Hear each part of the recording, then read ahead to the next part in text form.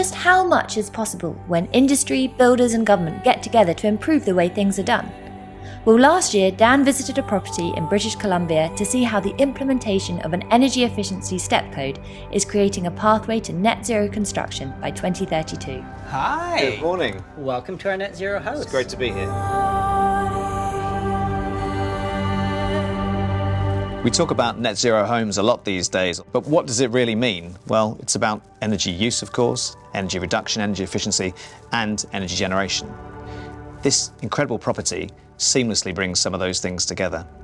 So, Brent, tell me about how you generate your power at this house. Oh, sure, yeah. We've got 24 kilowatts of solar panel production on the roof, and that's enough to generate about 19,000 kilowatt hours per year. So I'm guessing with a house that's as well insulated and tight as this, it doesn't really change the indoor comfort much, whatever the weather. That's right, yeah. We love looking out at the storms, and it's warm and toasty all winter long.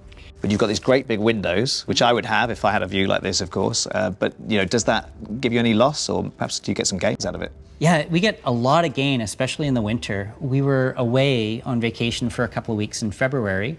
The heat system was entirely shut off, and the house sat at 15 degrees the entire time we were away. There's zero doubt that this is a stunning example of a net zero home. Brett and Karen clearly had a vision for what they wanted to achieve. We wanted to know, how had they done it, and had it lived up to expectations?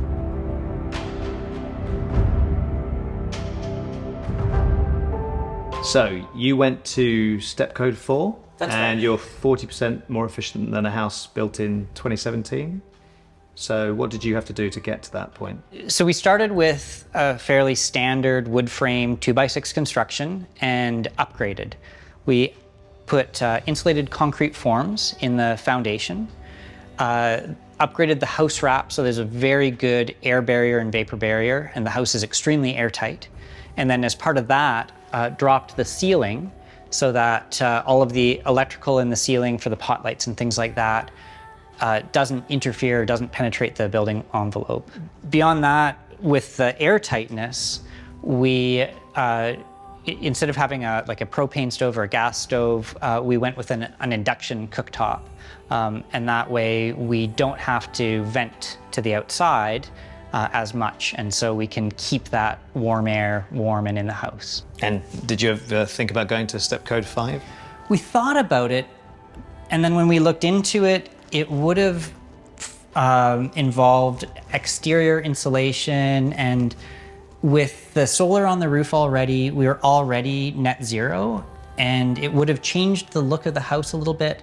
I think for someone to go to step 5, really you'd need to start with a clean sheet of paper and design with that intent right out of the gate, rather than, as we did, starting with a fairly traditional standard design and then looking for ways to upgrade. So, for those unfamiliar with the term step code and what its range of 1 to 5 really means, we sat down with Gary from BC Hydro. About 7 years ago, a group came together, industry and builders and government, and said, how do we get to higher performance levels? And so they set a goal, which was by 2032, all homes, new homes in BC would be built to net zero performance levels. And so they realized we can't do it overnight, so there has to be steps to it. So we have 5 steps in our energy step code, and this year we'll be moving to step 3, which in January, all homes will have to be built to step 3, about 20% better than where we were starting. What's the advantage of a performance-based approach as opposed to a prescriptive approach?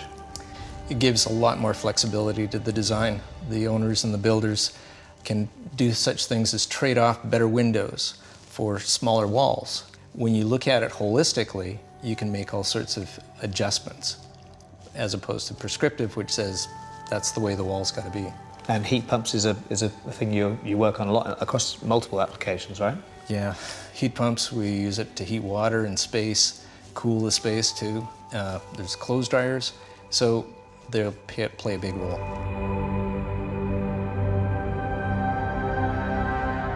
Here we are, stood by one of my favourite technologies, the heat pump. So heat pumps are great, I know that, but how much electricity does it use? Yeah, this is about a quarter of our energy use for the year. The good thing is it's 300% efficient, so I don't feel too bad about heating the house with it. And the other thing, it allows us to have things like a hot tub and a sauna and a steam shower that also use electricity without breaking our overall energy budget. But that's great, you can have clean energy and still have nice things That's too. right. But you don't have a battery, why is that? Well, in BC, we're lucky to have a net metering program. So when I produce 140 kilowatt hours on a sunny day in June or July, and I use 20 or 30 kilowatt hours to run the house, the rest goes out to the grid. I get a credit for that. And then in the winter, when I might produce 10 or 20 kilowatt hours on a gloomy day in December, and I'm running this constantly and using 90 kilowatt hours, I get to withdraw from that credit that I've built up over the summer. That's great context, because every country we deal with, every region in fact, the grid can be very, very different indeed. One of our regrets is that these technologies don't always come cheap. While we are optimistic that they will become more accessible and more affordable over time, in many countries there are ways to get support for that initial installation. So for all the work you had done, was there any incentives to help you along? Yeah, there was a ZEBEX program available to us. So the idea was that we would get rebates, and in return, we filled out some questionnaires and shared our building process and building experience, so that as the province moves towards net zero homes, that they can benefit from experiences like ours. And this is a fairly big project, so as a couple, what drove you to do it in the first place?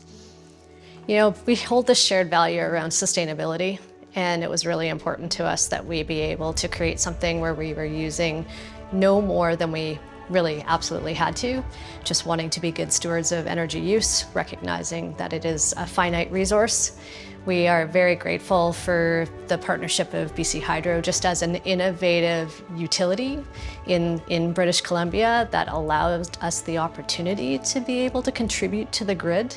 And, you know, as we're talking about the hottest August on record this year, and, you know, forest fires burning, and just wanting to be able to contribute and give something so that there's less pressure on the system in general. To other people, and what advice would you give them, I guess, if you were talking to someone who came to this house and took inspiration from it? You know, to really push your builder to walk alongside you in their approach to innovation, to be curious with your regulatory providers around what is possible, right? To be able to advocate for things to be different, to be able to just say that the initial investment is going to be worthwhile in the end.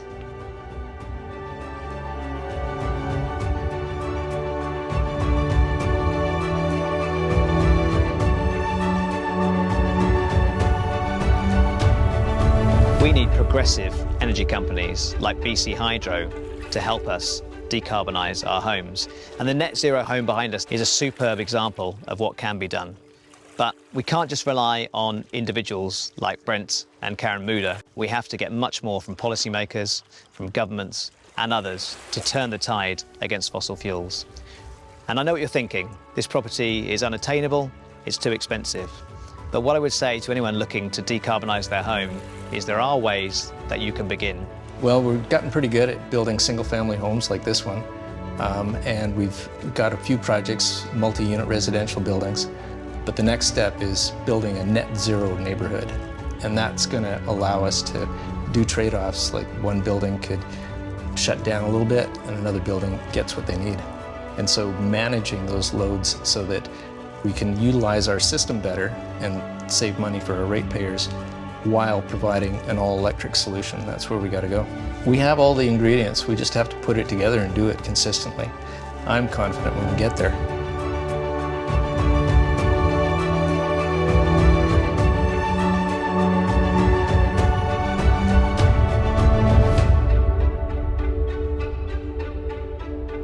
If you're wondering wondering why we've been filming episodes in Canada, it's because we're here in Vancouver ahead of our live show in partnership with BC Hydro on the 8th, 9th, 10th and September, so get your tickets today.